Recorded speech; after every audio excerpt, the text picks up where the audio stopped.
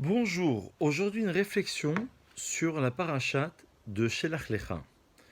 Dieu dit à Moshe, envoie pour toi des Meragalim, des explorateurs, et Rachi de dire sur place, les Dartecha, c'est sur ton initiative. C'est-à-dire que Dieu n'a pas demandé, bien au contraire, d'envoyer des explorateurs pour aller vérifier la terre des restes d'Israël. Dieu avait promis, il fallait avoir cette confiance que vous allez retrouver une terre où coule le lait, le miel, et Rezavatra la bout de vache. Et sur ton initiative, les explorateurs vont partir justement aller vérifier. Vous connaissez tous l'histoire, les 12 tribus vont être représentées par 12 princes, excepté Yehoshua et Caleb, les 10 autres vont dire du mal en rentrant, en revenant, et le peuple malheureusement va être découragé.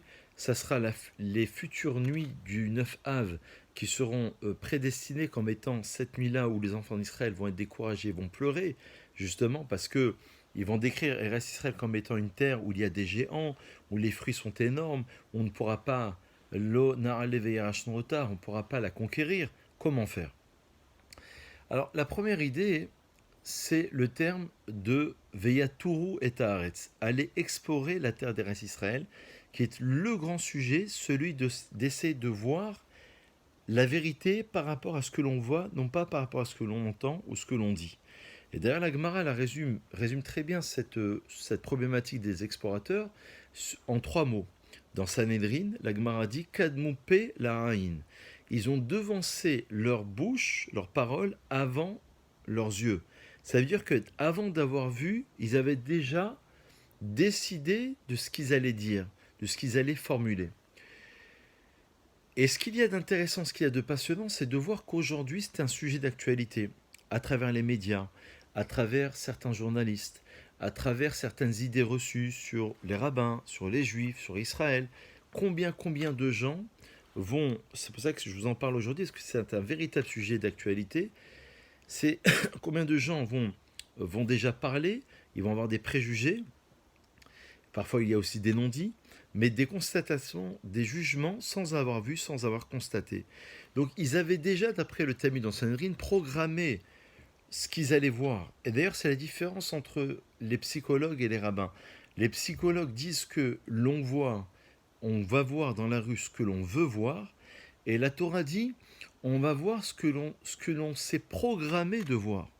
Pas forcément dans la volonté, mais ce pourquoi justement on a envie et on est porté vers cette chose-là. D'ailleurs, faites l'expérience, essayez d'aller vous promener dans la rue avec un ami. Chacun va être porté par une vue différente. L'un, ça va être les magasins, l'autre, ça va être les voitures. Chacun, il est programmé en fonction de ce qu'il veut voir intérieurement.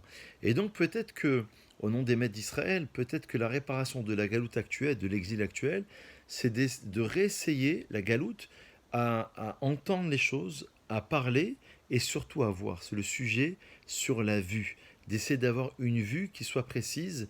Et avant de parler, il faudrait déjà constater. D'ailleurs, c'est pas nouveau. Ce n'est pas du tout un chidouche, parce que dans la Torah, avant de condamner une personne, il faut avoir deux témoins, non pas qui aient entendu, mais qui aient vu précisément. Et ces deux témoins, on va les interroger de manière très précise, avec Drisha Hakira, avec une enquête, avec des questions sur l'heure, sur l'emplacement, sur ce qu'ils ont vu. Mais tout se passe au niveau de la vision. Et ce qu'il y a d'intéressant, c'est de voir que c'est la principale différence entre le Tashma et le Tachazé. Dans le Talmud, on est dans une dimension de viens, écoute, que lorsqu'on veut démontrer quelque chose, lorsqu'il y a un débat, alors que dans le Zohar, dans la Messique juive, on est dans le Tachazé, viens voir, viens constater. Et donc c'est une réparation par rapport à l'œil. Dans la lecture du schéma Israël à la fin de la section de Shlach Lecha, il est dit Velo taturu achare levavchem ve'achare enechem. Vous n'explorerez pas ni après vos cœurs, ni après vos yeux. Le verbe la tour est celui qui revient déjà depuis Yosef dans Bereshit. Baptême, la tour est à Haaretz. Yosef accuse ses frères lorsqu'il va se retrouver avec celui-ci et lorsqu'il va devenir vice-roi égyptien.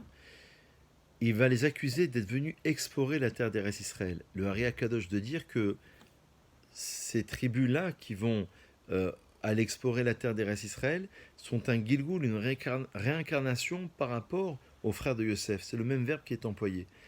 Et ce verbe étant une troisième fois employé dans le troisième paragraphe du schéma, vous n'allez pas suivre, vous égarer, explorer, ni après vos cœurs, ni après vos yeux. Mais la question qui se pose d'une manière évidente, c'est que on aurait dû dire ni après vos yeux, ni après vos cœurs. Et c'est là où il y a notre réponse. C'est que ce qui va déterminer à l'œil de voir, c'est avant tout le cœur. C'est-à-dire le siège de la pensée, le siège du sentiment, et c'est celui-ci qui va ordonner à l'œil d'aller voir bien les choses ou d'aller voir ou d'avoir un regard qui soit négatif. D'où dans la Torah, pour conclure, le Aïn Hara et le Aïn Hatov, le bon œil et le mauvais œil. Alors peut-être que on doit non seulement, avant de parler, déjà constater, il y a beaucoup de préjugés parfois dans les couples, parfois avec nos enfants, parfois dans une communauté, dans une famille, parce qu'on n'a pas constaté, on n'a pas vu réellement. Et avant de parler, il faudra, l'œil c'est celui qui permet de voir, mais de voir d'une manière profonde.